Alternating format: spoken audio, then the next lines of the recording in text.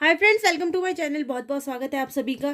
तो फ्रेंड्स, आज हम 36 चेस्ट साइज के लिए कटोरी ब्लाउज की कटिंग कर रहे हैं। तो इसके लिए यहाँ पर मैंने पेपर लिया है। पेपर को मैंने डबल रखा है, तो फ्रंट बैक दोनों भी साइड जो है हम एक ही साथ में इसमें अलग करने वाले हैं।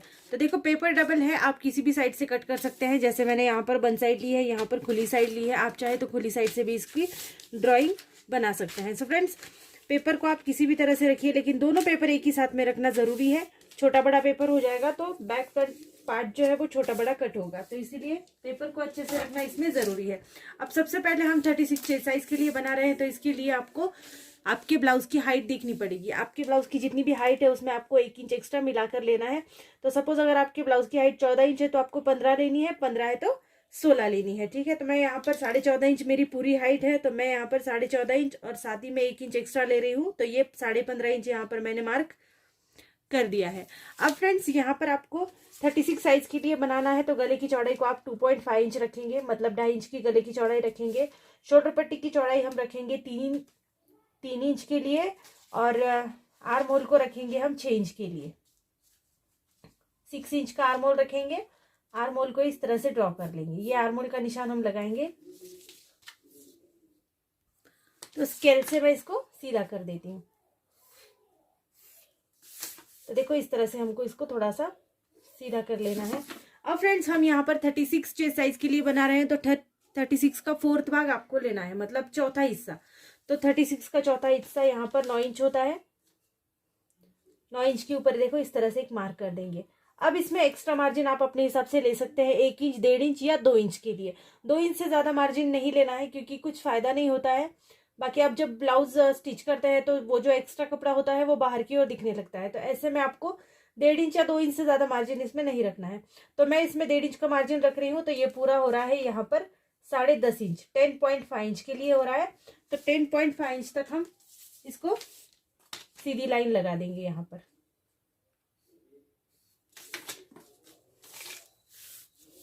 तो फ्रेंड्स, अब हमको यहाँ पर हमने 10.5 इंच लिया है। ठीक है, तो यहाँ पर हमको कमर का चौथा भाग प्लस 1.5 इंच मेजरमेंट लेना है, सबसे नीचे की साइड में जहां पर आपने हाइट को पूरा गिना है। या फिर आप ऐसा कर सकते हैं, जैसे वहां पर आपने 10.5 इंच लिया है तो यहाँ पर 9.5 इंच लेंगे, 1 इंच कम लेना है। ये थोड़ा सा याद रखने में आसानी होती है। जैसे हम कमर का चौथा भाग फिर उसमें 1.5 इंच मिलाएंगे, इससे ये थोड़ा सा आसान हो जाता है। इसीलिए वहां पर आपने 10.5 इंच लिया है, तो यहाँ पर 9.5 इंच लेना है, 1 इंच कम लेना है, क्योंकि कमर का हिस्सा हमारा छोटा होता है चेस्ट साइज से। तो ठीक है, इस तरह से आपको तिरछा जोड़ देना है। तो फ्रेंड्स, अब हम गिनते हैं आर्म होल को। तो आर्म होल हमको गिनना है, दोनों भी आर्म होल एक ही साथ में मेजरमेंट लेंगे। तो जैसे देखो, बैक साइड का आर्म होल को हम 1 इंच अंदर रखेंगे, फ्रंट साइड के आर्म होल को हम 1/2 इंच अंदर रखेंगे। तो यहाँ पर 2 मार्क आपको लगाने हैं। पेपर को थोड़ा सा इस तरह से घुमाकर ले लेंगे। सबसे पहले बैक साइड वाला आर्म होल को ड्रॉ करेंगे। ये हमारा बैक साइड का आर्म होल है, और अब करेंगे फ्रंट साइड के आर्म होल को ड्रॉइंग। तो इसको थोड़ा सा बाहर की ओर झुकाते हुए लेंगे, यहां से इस तरह से। ठीक है, तो दोनों हमारे आर्म होल यहाँ पर बन गए हैं। अब हमको यहाँ पर आगे के गले का मेजरमेंट लेना है। देखो, आगे का गला आप कितना भी डीप रख सकते हैं, कम रख सकते हैं, ये पूरी तरह से आपके ऊपर डिपेंड करता है। तो ठीक है, मैं इसको रख रही हूँ 7 इंच के लिए डीप रख रही हूँ। और यहाँ से भी हमको अच्छे से नाप लेना है 2.5 इंच के लिए। देखो, यहाँ पर कभी कभी कम ज्यादा हो जाता है, तो ऐसे में आपको यहाँ पर भी नापना जरूरी है। अब इसको इस तरह से जोड़ देंगे।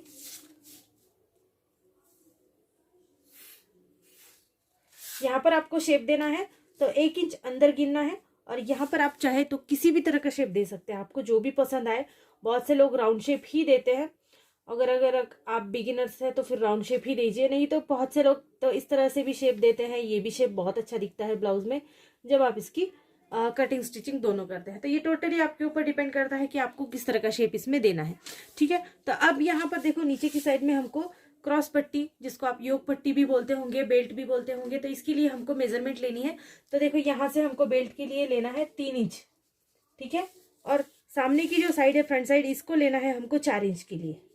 3 इंच और 4 इंच, फिर से एक बार 3 इंच के लिए भी यहाँ पर एक मार्क करेंगे। देखो, यहाँ पर 2 मार्क हो गए हैं, एक 3 इंच के लिए, एक 4 इंच के लिए। अब जो भी आपका 3 इंच के लिए मार्क हो गया है, इसको आपको जोड़ना है सीधा। ये हमको बेल्ट का यहाँ पर निशान लगाना है।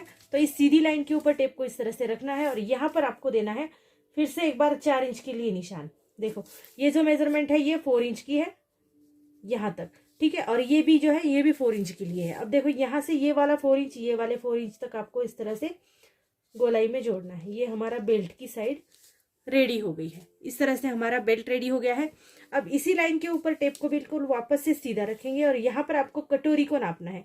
देखो 36 साइज के लिए आपको कटोरी जो है ये 5.5 से लेके 6.25 इंच तक आप ले सकते हैं, ठीक है। फिर इसके आगे आपका जितना भी चेस्ट साइज बढ़ता है तो फिर 6 इंच के लिए कटोरी आ जाती है। 40 to 44 तक 6 इंच के लिए कटोरी ले सकते हैं। इसके बाद 6.25 इंच, 6.5 इंच इस तरह से कटोरी आगे बढ़ाई जाती है। तो मैं यहाँ पर 6.25 इंच के लिए ले रही हूँ। 6.25 इंच के ऊपर एक इस तरह से मार्क कर देंगे। फिर आर्म होल से नीचे आपको इस तरह से 1.25 इंच के ऊपर मार्क करना है। तीसरा मार्क आपको करना है जहां पर आपने गले के लिए इस तरह से स्क्वायर बनाया है, इसको 1/2 इंच के लिए ऊपर मार्क करना है, ठीक है। अब ये तीनों पॉइंट आपके जोड़ते हैं। तो जब भी आप कटोरी को जोड़ते हैं तो आपको बार बार हाथ को नहीं उठाना है, इससे गोलाई जो है वो अच्छी आती है। तो इस तरह से आपको गोलाई देनी है। ये देखो इस तरह से आपको मार्क को जोड़ देना है। तो देखो यहाँ पर आपने मार्क को अच्छे से जोड़ दिया है। अब ये हमारी जो मार्किंग है ये बिल्कुल कंप्लीट हो गई है 36 चेस्ट साइज के लिए। अब इसकी कटिंग करेंगे। कटिंग करते वक्त आपको याद रखना है कि आपको बैक साइड को भी हटाना है। तो इसके लिए आपको बेल्ट के बिल्कुल नीचे से कटिंग करनी है, फिर आपको यहाँ से ऊपर कटिंग करनी है। आर्म होल का जो आपका हिस्सा है इसको भी आपको अलग करना है। ये बैक साइड का आर्म होल अलग कर रही हूँ, आप ध्यान रखिएगा। अब यहाँ पर आपको रुक जाना है। देखो अगर आपको गले का गिरने का प्रॉब्लम है, जैसे बहुत से लोगों को होता है, इनका शोल्डर पॉइंट से गला जो है ये नीचे की साइड में गिरता है, तो ऐसे में आपको यहाँ पर थ्री लाइंस, जिसको क्वार्टर इंच मार्जिन भी हम बोलते हैं, तो इस तरह से करके आपको इसको डाउन देना है नीचे की साइड में। अब यहाँ पर भी इसकी कटिंग करेंगे। दोनों पेपर को फिर से साथ ही में रखेंगे। देखो इतना कट होने के बाद आपको बैक साइड को टोटली अलग निकालना है। अब बैक साइड में हमको कुछ भी नहीं करना है, तो बैक साइड को हम अलग निकाल लेंगे। अब करते हैं फ्रंट साइड की कटिंग। तो फ्रंट साइड में बेल्ट साइड को सबसे पहले हटा देंगे। जैसे आपने गोलाई में निशान लगाया है ऐसे ही आपको बेल्ट साइड को अलग करना है। इसके बाद आपको इस तरह से कटिंग करते हुए फ्रंट साइड का जो आर्म होल है हमारा, इसको भी हम अलग कर देंगे। फिर आपको करना है आगे का गला। अब देखो शेप आपने जो भी बनाया होगा आपको उस हिसाब से इसकी कटिंग करनी है। मैं यहाँ पर राउंड शेप के लिए कट कर रही हूँ। अब निकाल देंगे कटोरी की साइड को, अलग निकालेंगे। तो कटोरी की साइड भी आपने जैसे राउंड में इसको लिया है ऐसे ही आपको कटोरी का शेप देते हुए कट करना है। ये देखो इस तरह से आपकी ये कटिंग हो गई है। अब देखो कटोरी ब्लाउज को हमको कटोरी की जो साइड होती है वो अलग पेपर के ऊपर बढ़ानी पड़ती है। तो इसके लिए एक पेपर का टुकड़ा ले लेंगे। तो फ्रेंड्स इस तरह से मैंने बचा हुआ कपड़ा ले लिया है। कटोरी का जो पार्ट था हमारा अभी कट हुआ उसको भी मैंने ले लिया है। तो अब कटोरी को इस तरह बीचों बीच रखेंगे। देखो दोनों साइड से अच्छे से मार्जिन रहना चाहिए क्योंकि हमको सभी साइड से इसको बढ़ाना है। और अब यहाँ पर हम कटोरी को इस तरह से पिन कर देंगे। आप चाहे तो कटोरी की आउटलाइन लेकर भी इसको बना सकते हैं, लेकिन पिन करने से थोड़ा सा आसान हो जाता है। तो देखो हमको 3 साइड से कटोरी बढ़ानी है, ठीक है। तो इसका आप सेंटर भी अच्छे से ले लीजिएगा। जहाँ पर भी आपकी कटोरी का पार्ट का सेंटर होता है इसको थोड़ा मार्क करके लीजिए। और यहाँ पर ये जो है हमारा सेंटर पॉइंट, ये कॉर्नर पॉइंट और ये तीसरा वाला कॉर्नर पॉइंट, यहाँ से हमको कटोरी को आगे बढ़ाना है। तो चलो यहाँ से हम बढ़ाते हैं 1.5 इंच के लिए, ठीक है। 1.5 इंच पर एक मार्क कर देते हैं यहाँ पर। देन सेंटर पॉइंट से नीचे 1.5 इंच के लिए और कॉर्नर पॉइंट से भी आगे बढ़ाएंगे 1.5 इंच के लिए।